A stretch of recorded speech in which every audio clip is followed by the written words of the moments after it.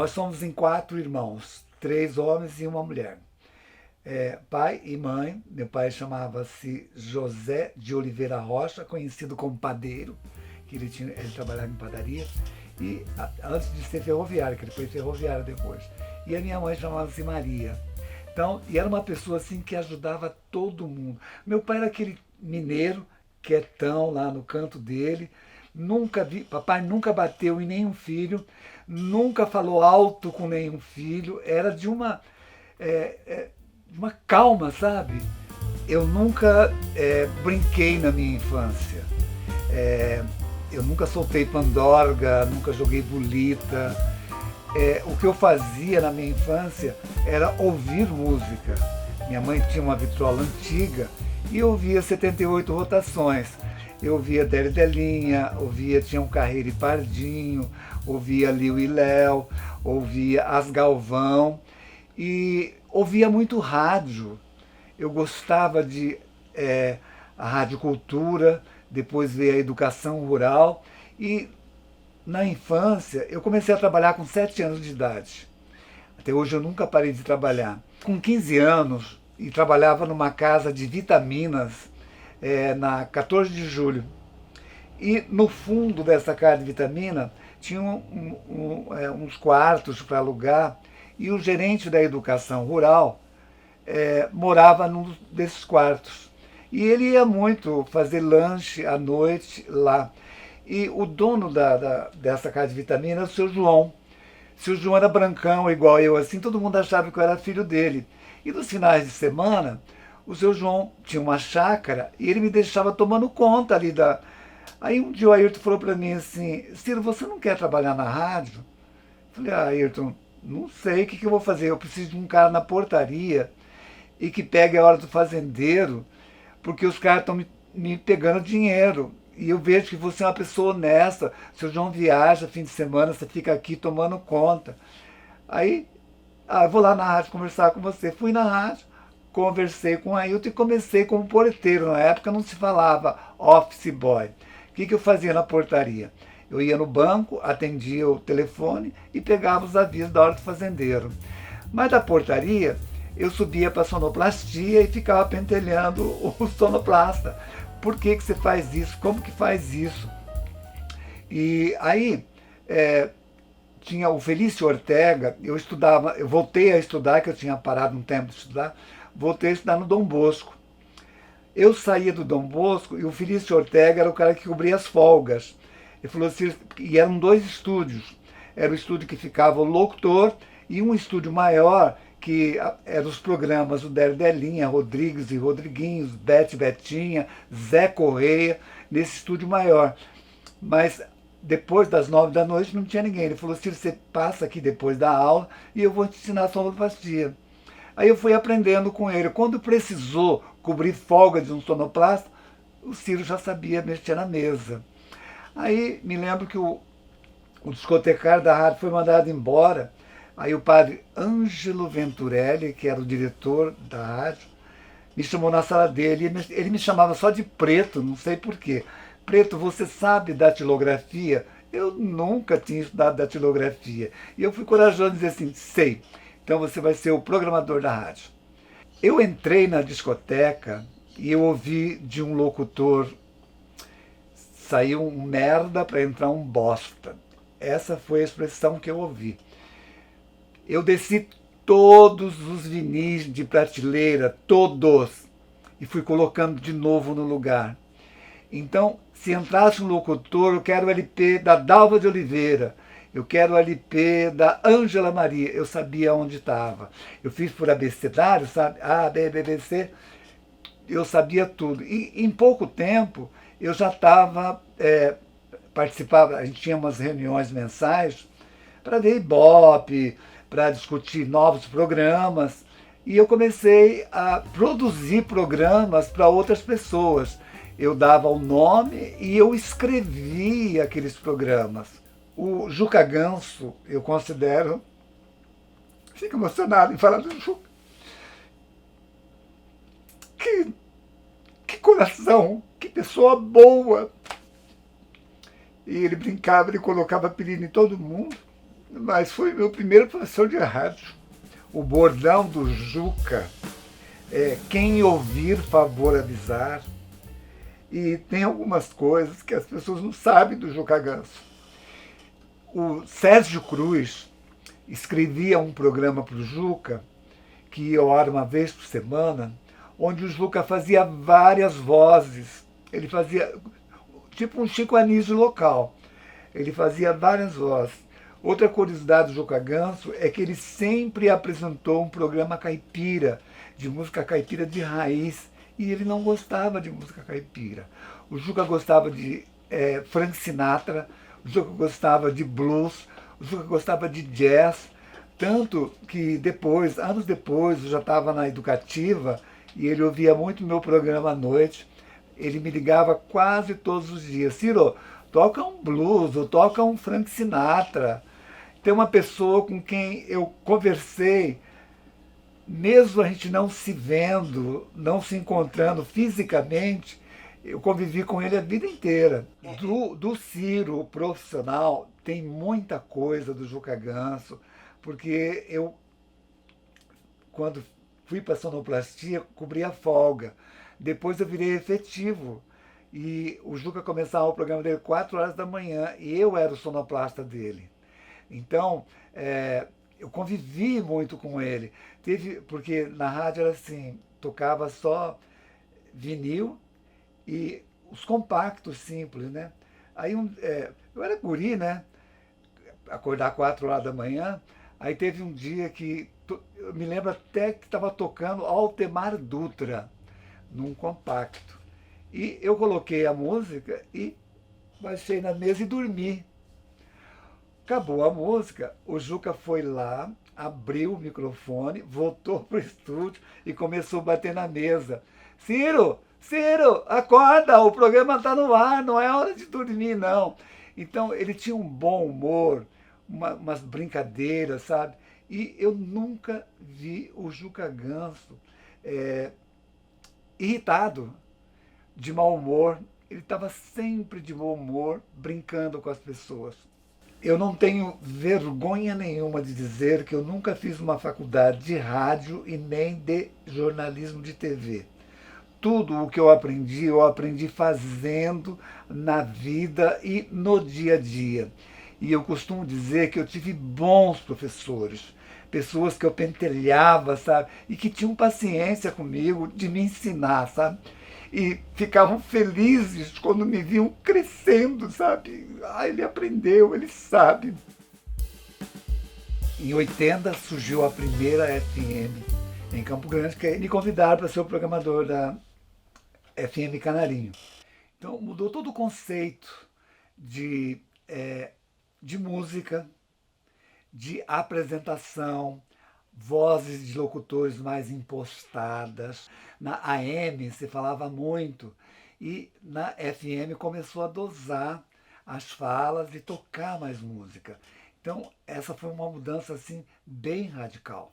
Eu produzia um programa para o Luiz Humberto Aspesi, que era o programa Classe A, que era um programa completamente só música boa, só músicas classe A, e o Aspesi tinha uma musa.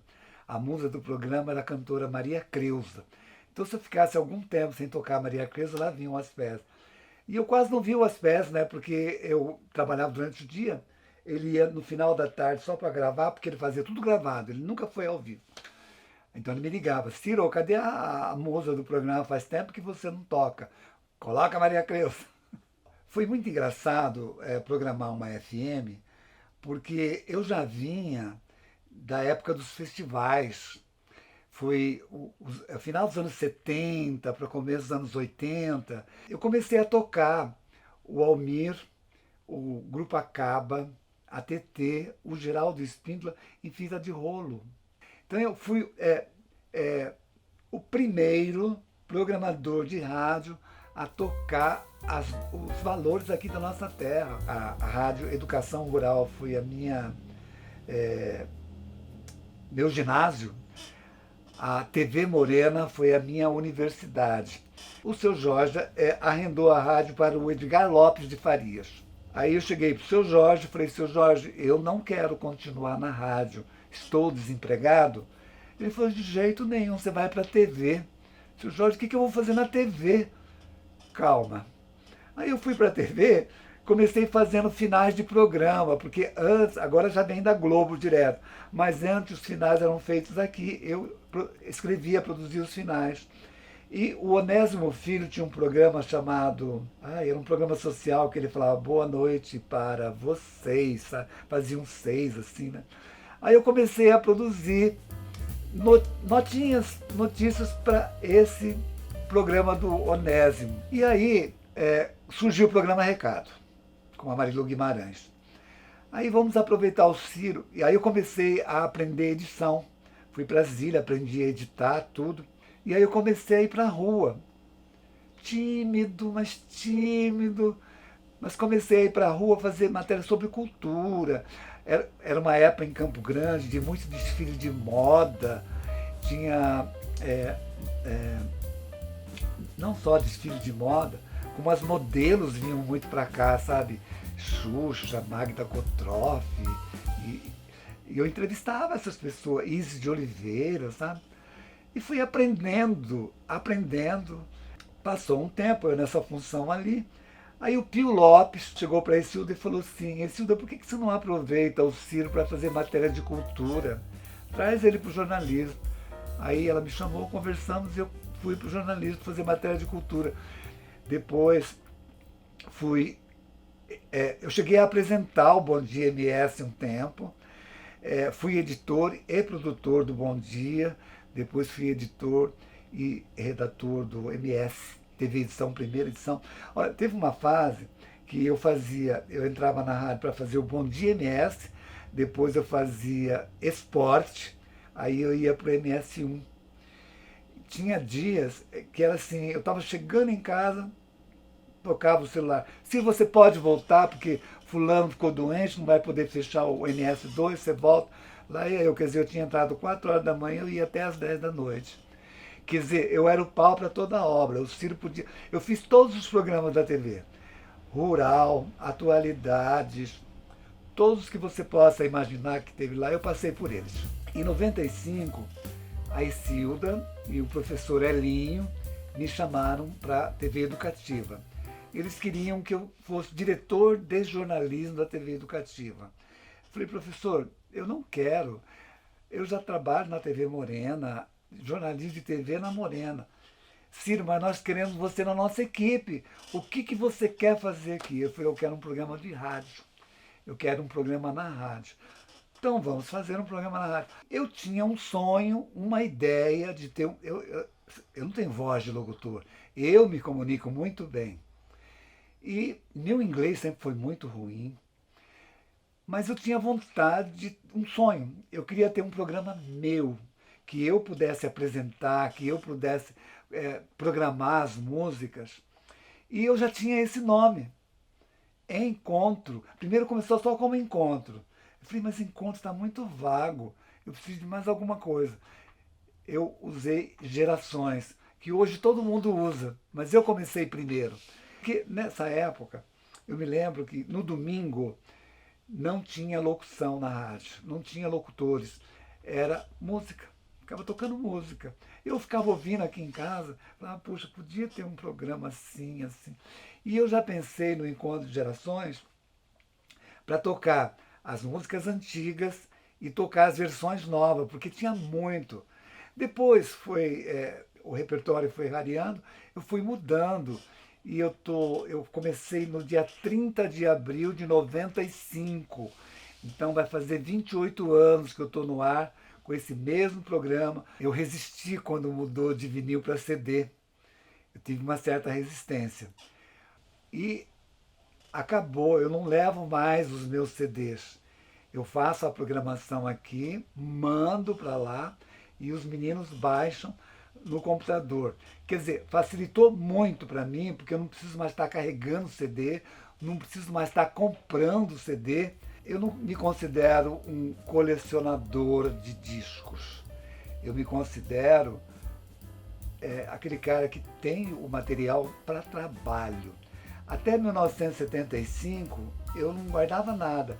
E eu fui divulgador da gravadora CBS, fui divulgador da gravadora Philips, quando lançou o disco Tetê e o Lírio Selvagem, que era da Philips, eu recebi uma caixa. Eu levei para as rádios, guardei alguns. Quer dizer, aí um amigo meu de rádio falou, Ciro, por que você não coleciona? Nem falou coleciona, por que você não guarda alguma coisa? Aí sim eu comecei a guardar. Quando o Isaac de Oliveira morreu, e eu e o Isaac éramos amigos assim de longa data. Eu fui o cara que deu o disco Thriller do Michael Jackson para ele, que eu trabalhava para aquela gravadora, a CBS. Aí eu sabia, a gente sempre que conversava, a gente falava sobre música. Então, quando o Isaac morreu, eu fui no velório de manhã, fiquei com a Cecel.